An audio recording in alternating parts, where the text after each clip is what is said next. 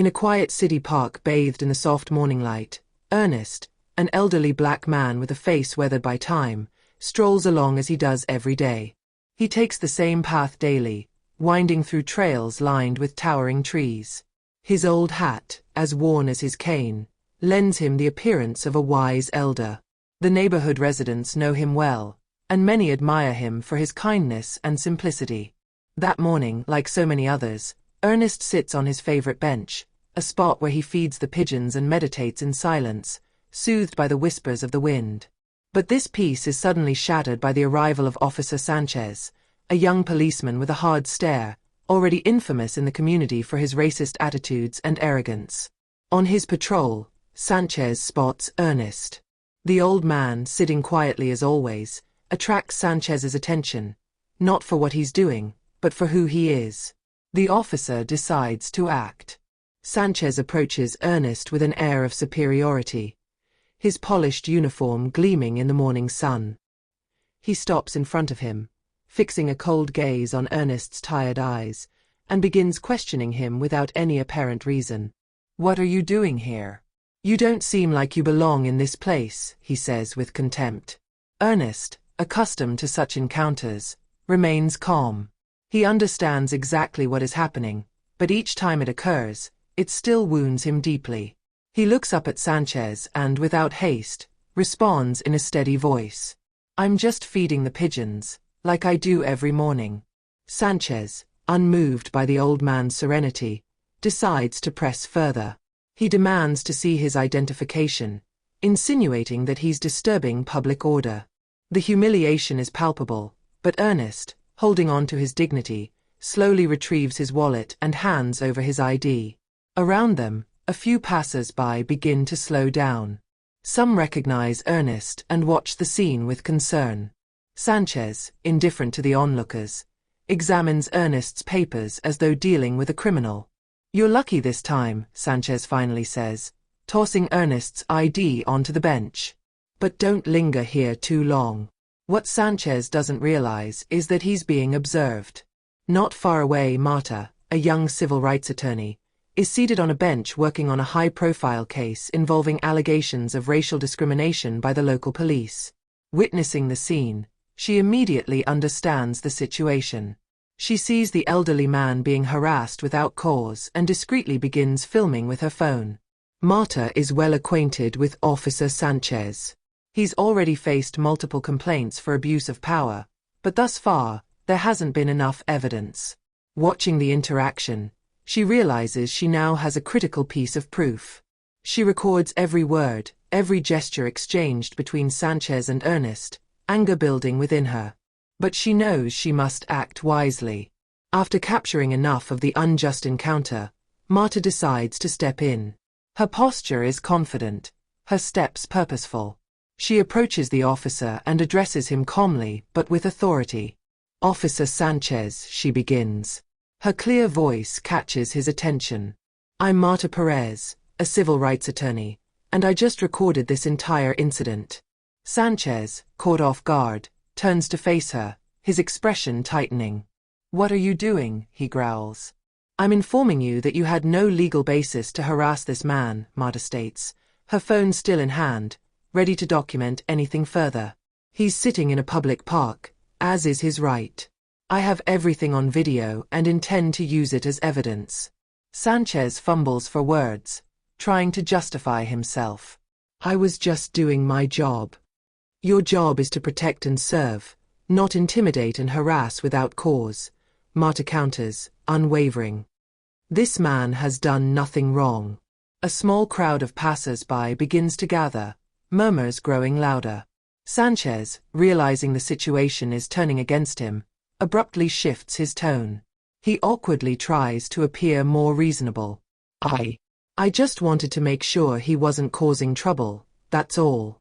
Marta, unimpressed, meets his gaze. "Let me be clear, Officer Sanchez. I will be filing a formal complaint. This video will serve as evidence of what many in this community have been reporting for a long time: your abuse of power. I suggest you think twice before continuing to act this way." Sanchez, flustered and visibly angry, hesitates before turning on his heel. His face red with shame and frustration, he disappears down the park's paths. Marta exhales softly, relieved that the incident didn't escalate further. She turns to Ernest, who remains seated, peaceful as ever. His hands tremble slightly, but his face retains its calm composure. "Thank you, miss," he says warmly. "You did what was right." "It's you who deserves thanks, sir," Marta replies. "Your calm and dignity are an inspiration. I'll make sure this kind of abuse doesn't go unpunished." She sits beside him for a moment, and together they watch the pigeons pecking at the ground. The sun continues to shine over the park, but something has changed. It is no longer just a place of rest. It has become a place where justice is beginning to take root. After the incident, Marta keeps her promise. She files a formal complaint against Officer Sanchez with the local police department, including the video as evidence along with a detailed account of Ernest's humiliation. Though symbolic, this action marks a turning point in her fight against police abuse of power. A few days later, a meeting is held at the police station with Marta, Ernest, and Sanchez's lawyer present. Under pressure from numerous complaints and a viral video on social media, the police department has been forced to act. The tension in the room is palpable, every gesture deliberate. Marta sits upright, aware that this confrontation is an opportunity to create meaningful change. Sanchez's lawyer tries to downplay the incident, calling it a simple misunderstanding, but Marta remains unfazed. She presents irrefutable evidence of Sanchez's pattern of targeting minorities, backed by additional testimonies from the neighborhood. "This is not an isolated incident," she states firmly. "Officer Sanchez has repeatedly abused his authority to harass individuals without justification, solely based on their appearance." Ernest, sitting silently, observes the scene with calm dignity as Marta continues her argument. She paints a vivid picture of the discrimination faced by people like Ernest and the urgent need to put an end to such practices. "Officer Sanchez must be held accountable," she adds, her gaze sharp. "This community needs to feel that justice serves everyone, not just a select few." Sanchez, sitting across from her, lowers his eyes, visibly uncomfortable. He knows this time won't be an easy escape. The commissioner, embarrassed by the situation, suggests a light penalty for Sanchez, hoping to avoid escalation. But Marta refuses to accept a compromise. "That is not enough," she says. "A mere reprimand will not stop these abuses. This officer must be suspended, and an investigation must be launched into his prior conduct." Marta's determination ultimately pays off. The video and testimonies are damning enough that the commissioner has no choice but to initiate an internal investigation. Sanchez is suspended pending the results, and relief sweeps through the community when news of the suspension spreads. Ernest, as humble as ever, thanks Marta for her support. "I was just doing my duty," she replies with a gentle smile. "Your dignity did the rest." In the weeks that follow, a transformation begins to take shape in the neighborhood. Marta continues to gather evidence and lead the fight against police misconduct, emboldened by this partial victory. She becomes a respected figure, admired not only for her legal expertise but also for her personal commitment to justice. Residents start rallying around her, sharing their own stories of discrimination and abuse. Realizing the extent of the problem, Marta organizes community workshops to educate citizens about their rights and the legal recourse available to them. She invites civil rights experts and attorneys to speak, turning each meeting into a platform for exchange and support. One day, during one of these workshops, Marta notices that many participants are too afraid to speak openly. She decides to form a support group where individuals can share their experiences without fear of retaliation.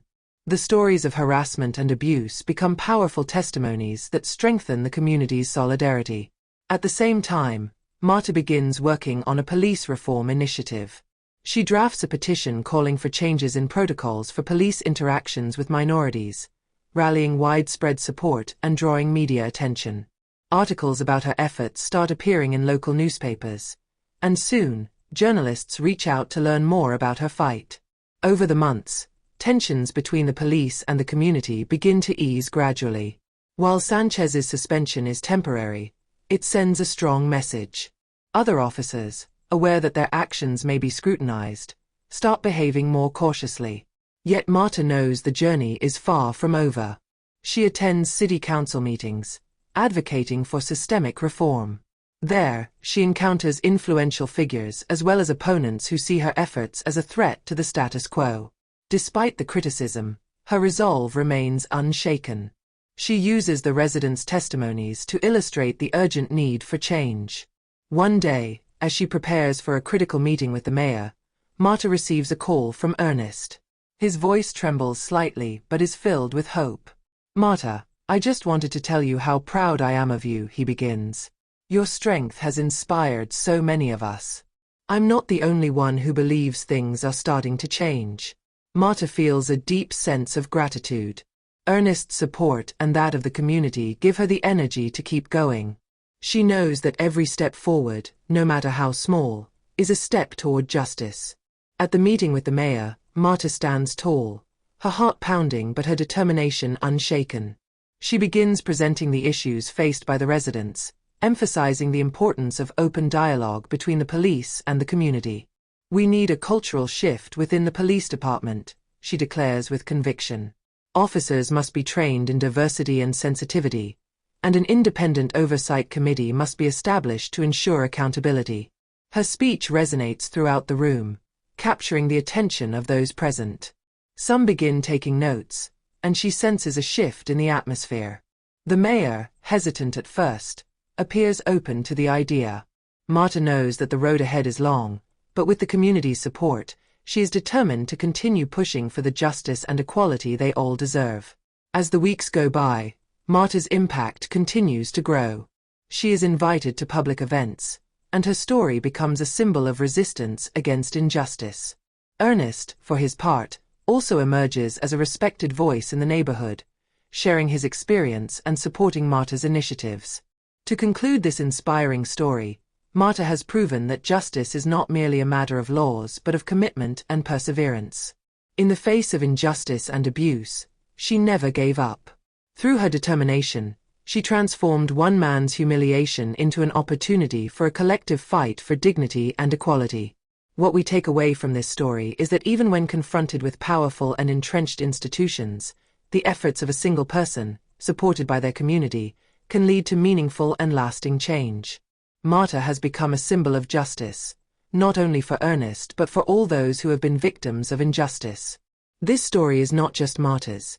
It is the story of everyone who dares to stand up, speak out, and act in defense of what is right. It is a lesson in courage and resilience, reminding us that the fight for equality requires both time and determination, but it will ultimately bear fruit.